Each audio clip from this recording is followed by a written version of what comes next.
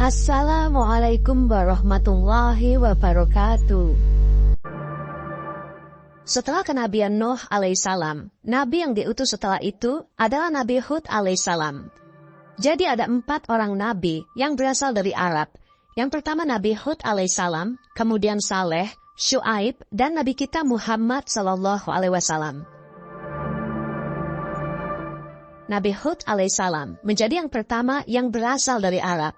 Dan beliau sekaligus nabi yang pertama yang berbicara menggunakan bahasa Arab. Nasab Nabi Hud alaihissalam adalah Hud bin Shalih bin Arpakshad bin Sam bin Nuh alaihissalam. Beliau berasal dari suku Ad bin Aush bin Sam bin Nuh alaihissalam. Artinya Allah subhanahu wa ta'ala mengutus Hud untuk berdakwah kepada saudaranya sendiri. Kaum atau suku Ad ini adalah orang-orang Arab yang tinggal di Al-Ahqaf, yaitu sebuah pegunungan berpasir yang terletak di daerah Yaman. Letaknya persis ada di antara Oman dan Hadramaut. Syekh Muhammad bin Ahmad bin Ilyas dalam buku yang telah diterjemahkan oleh Abdul Halim yang berjudul Kisah Penciptaan dan Tokoh-tokoh Sepanjang Zaman disebutkan di sana bahwa kaum Ad adalah kaum pertama yang menyembah berhala setelah terjadi peristiwa banjir besar di masa Nabi Nuh alaihissalam. Mereka adalah kaum yang diciptakan oleh Allah subhanahu wa ta'ala dengan postur, perawakan, dan kekuatan yang lebih besar daripada manusia lain yang hidup pada zaman itu. Kabilah-kabilah ini dipimpin oleh seorang raja yang bernama Jaljilan, yang tingginya sekitar 100 siku. Menurut situs katadata.co.id, 1 siku itu sama dengan 45 cm. Artinya tinggi Raja Jaljilan ini mencapai 45 meter, yang biasanya manusia memiliki postur badan rata-rata hanya 1,7 meter saja. Nah, karena postur tubuh Jaljilan ini sangat besar dan tinggi, jika dia berdiri, dia seolah-olah mampu menutupi matahari dari bumi. Dan ketika dia meletakkan tangannya di atas sebuah gunung, dia bisa menghancurkan gunung itu dari semua sisinya. Wahab bin Munabbih mengatakan bahwa tinggi dari postur laki-laki kaum Ad adalah 100 siku, dan yang paling pendeknya seukuran 60 siku. Mereka belum mencapai dewasa kecuali setelah berumur 100 tahun. Mereka rata-rata bisa mencapai umur lebih dari 400 tahun. Ukuran dari kepala mereka kira-kira sebesar kubah yang besar. Mereka adalah kaum yang kejam dan menyembah berhala. Wahab bin Munabbih adalah seorang pemuka tabi'in dan ahli dalam bidang sejarah. Wahab diperkirakan berasal dari Arab Selatan dan memiliki darah Persia. Beliau memiliki pengetahuan yang mendalam tentang kitab suci dan tradisi dari Yahudi dan Nasrani, sehingga memiliki banyak riwayat dari kisah Israiliyat. Menurut dia, 60 orang laki-laki dari kaum Musa pernah suatu hari berteduh di dalam tengkorak kepala seorang laki-laki dari kaum Amalek. Jahid bin Asla mengatakan, "Aku pernah melihat seekor serigala beserta anak-anaknya sedang berkumpul dalam kelopak mata dari seorang laki-laki dari kaum Amalek. Dan aku pernah menimbang 1 gigi gerahamnya. Ternyata beratnya mencapai 10 kaki." Wahab bin Munabbih mengatakan, ketika kejahatan kaum raksasa itu kian memuncak, Allah subhanahu wa ta'ala mengutus Nabi Hud alaihissalam. Kemudian Jibril turun kepadanya dan berkata, "Sesungguhnya Allah telah mengutusmu kepada kaum Ad. Berilah mereka peringatan dan beritahukanlah mereka bahwa aku, Allah telah memberi mereka tempo yang lama, dan mereka telah aku beri kekuatan yang belum pernah diberikan kepada siapapun sebelum mereka. Aku jadikan mereka para pembesar yang menguasai emas, dan menjadikan mereka sebagai orang yang paling panjang umurnya.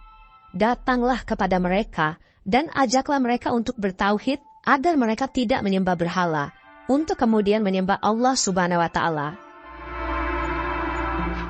Nabi Hud kemudian mendatangi mereka di saat mereka sedang merayakan hari raya. Di sana, para pembesar kaum itu sedang berkumpul, dan Raja Jaljilan duduk di atas ranjang yang terbuat dari emas. Kepalanya memakai mahkota dengan bertahtakan permata yang megah. Mereka tidak menyadari apapun kecuali suara Hud alaihissalam yang mengatakan, "Wahai orang-orang, beribadalah kalian kepada Allah subhanahu wa ta'ala Tuhanku dan Tuhan kalian. Kalian tidak memiliki Tuhan kecuali Dia, dan janganlah menyembah berhala yang kalian telah buat itu. Ini adalah yang menyebabkan kaum Nuh sebelum mereka ditenggelamkan. Ketika Raja Jalijan melihatnya, dia berkata, "Celaka engkau, wahai Hud. Apakah engkau menyangka dengan kelompok kami dan kokohnya kekuatan kami ini bisa mengalahkan kami dengan pernyataan-pernyataan tersebut? Tidak tahukah engkau bahwa setiap hari semalam 1000 anak dari kaum kami terlahir?" Tatkala Hud merasa bosan mengajak mereka untuk mengesahkan Allah Subhanahu wa Ta'ala, tetapi mereka tidak mendengarkannya, dia memohon kepada Allah Subhanahu wa Ta'ala agar meminta wanita-wanita mereka dibuat mandul. Sehingga pada tahun itu, tidak ada satupun wanita dari kaum mereka yang hamil. Akhirnya mereka mengadukan hal tersebut kepada Raja Jalijan. Mereka berkata, "Sesungguhnya, Hud telah memberi istri-istri kami menjadi mandul. Kami khawatir apa yang dikatakannya itu memang benar." Nah, kemudian Allah Subhanahu wa Ta'ala mewahyukan kepada Nabi Hud alaihissalam, "Kabarkanlah kepada kaummu agar mereka beriman kepadaku. Jika mereka tidak beriman, maka aku akan kirimkan kepada mereka angin yang membinasakan." Ketika mereka mendengar kabar itu dari Hud, mereka melemparinya dengan batu. Nabi Hud alaihissalam tetap mengajak mereka selama 70 tahun. Dan di saat itu, mereka terus-menerus melemparinya dengan batu. Ketika Nabi Hud merasa putus asa dengan mereka, dia berkata, "Wahai Tuhanku, Engkau tahu bahwa sesungguhnya aku telah menyampaikan risalahmu kepada kaum Ad, tetapi mereka tetap dalam kekafiran mereka karena kesesatan mereka yang nyata." Selanjutnya, Allah Subhanahu wa Ta'ala menghentikan hujan dari mereka selama 7 tahun. Setelah tanah mereka mengering, hewan-hewan ternak mereka binasa, sementara kebutuhan mereka makin meningkat, sehingga mereka banyak yang mati hingga mencapai setengahnya. Berhari-hari bahkan bertahun-tahun didakwahi, kaum ini tidak mau dengar juga. Akhirnya turunlah azab pertama dari Allah Subhanahu wa Ta'ala kepada kaum ini. Ketika itu terjadi paceklik bertahun-tahun. Terjadi kemarau panjang dan sama sekali tak turun hujan. Sementara kaum Ad ini bergantung pada hujan, karena mayoritas pekerjaan mereka adalah petani dan ternak. Sedangkan ini sudah bertahun-tahun tak setetes pun air hujan turun ke bumi. Maka ketika itu terjadilah kekeringan yang luar biasa. Sawah dan kebun mereka gagal panen. Tanamannya banyak yang mati, dan diikuti juga dengan hewan-hewan ternak mereka. Banyak hewan ternak mati karena tidak ada air untuk diminum dan rumput untuk dimakan. Bahkan ada banyak juga penduduk kaum Ad ini mati karena musibah kemarau ini. Malahan di satu riwayat dikatakan, akibat azab kekeringan yang luar biasa ini, setengah dari penduduk kaum Ad mati kelaparan. Sementara itu, Nabi Hud ini sudah meninggalkan kaum ini, karena kaum ini tidak mau dinasehati.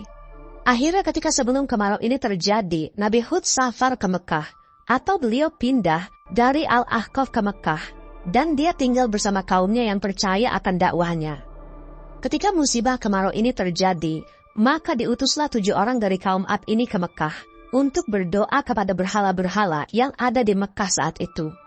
Karena ketika ada kabar di masyarakat bahwa berhala-berhala Mekah ini lebih mustajab jika berdoa di depannya, maka berangkatlah 7 orang dari kaum Ad ini ke Mekah. Setelah di depan berhala Mekah ini, mereka berdoa meminta agar kemarau di daerah mereka dihilangkan. Nah, setelah mereka selesai berdoa, tiba-tiba ada suara dari langit yang seolah-olah doa mereka ini terdengar seperti diijabah. Suara itu mengatakan, "Apa yang kalian mau?" Lalu mereka menjawab, "Kami ingin hujan di daerah asal kami." Kemudian suara itu mengatakan lagi, "Baiklah kalau kalian ingin hujan. Sekarang kalian pilih dari semua warna awan ini. Kalian mau awan warna putih, hitam, kuning, atau awan warna merah?" Dan mereka menjawab, "Kami mau awan warna hitam." Seperti yang kita ketahui, awan berwarna hitam itu lebih banyak kandungan airnya dan besar kemungkinannya untuk turun hujan. Maka kemudian suara itu berkata lagi, "Baiklah, akan kukabulkan permintaan ini. Pulanglah ke kaum kalian, maka tunggulah di sana, akan kukirimkan seperti apa yang kalian pinta." Akhirnya, setelah itu, mereka pulang ke kaumnya. Setelah sampai, mereka memberitahu bahwa Doa mereka dikabulkan oleh berhala yang ada di Mekah. Tak lama dari itu, dari kejauhan mereka lihat ada barisan awan hitam yang sedang menuju ke wilayah mereka. Maka ketika itu mereka senang sebab akan turun hujan. Hingga orang-orang saat itu keluar dari rumahnya dan menyaksikan bagaimana kumpulan awan itu berjalan menuju ke arah mereka. Mereka pikir awan-awan ini akan membawa berkah untuk mereka. Padahal sebenarnya ini adalah azab Allah yang kedua. Tapi mereka sama sekali tidak mengetahuinya. Tatkala ketika awan itu sudah semakin dekat, bukannya hujan yang turun, malahan ada angin besar yang keluar dari dalam awan ini. Sehingga angin ini meluluh lantakan semua yang ada di kaum Ad ini, mau itu manusia, rumah-rumah mereka, dan bahkan berhala-berhala yang mereka sembah, hancur semua dilibas dengan angin ini. Tak hanya sampai di situ, awan ini juga mengeluarkan semacam suara pekikan, yang suara ini menghancurkan gendang telinga setiap orang di kaum Ad ini. Allah Subhanahu wa Ta'ala benar-benar menurunkan azab kepada kaum ini. Lalu angin kencang ini mengangkat semua penduduk kaum Ad ke langit. Diangkatnya mereka tinggi-tinggi tanpa terkecuali. Dari anak-anak hingga orang tua, semuanya diangkat oleh angin besar ini. Dan bahkan teman-teman, tak tanggung-tanggung, kejadian ini berlangsung selama 7 malam 8 hari. Jadi orang-orang ini diputar-putar di langit oleh angin ini selama 7 malam 8 hari. Hingga ketika angin ini mulai berhenti, orang-orang ini dijatuhkan kuat-kuat dari langit ke tanah dengan kepala yang ada di bagian bawah. Jadi ketika itu mereka ini dilesatkan dari langit dan menancap di tanah pada bagian kepalanya. Akhirnya dari azab ini tidak Allah Subhanahu wa Ta'ala sisakan seorang pun kecuali Allah binasakan. Seluruh orang dari kaum Ad mati dan bahkan peradabannya pun musnah. Sementara di sisi lain, Nabi Hud alaihissalam yang hijrah bersama pengikutnya selamat dari musibah yang menimpa kaumnya ini.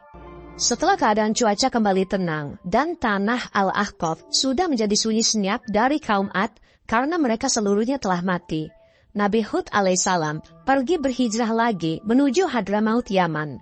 Di sana beliau menghabiskan sisa hidupnya sampai akhirnya beliau wafat dan dimakamkan pula di sana.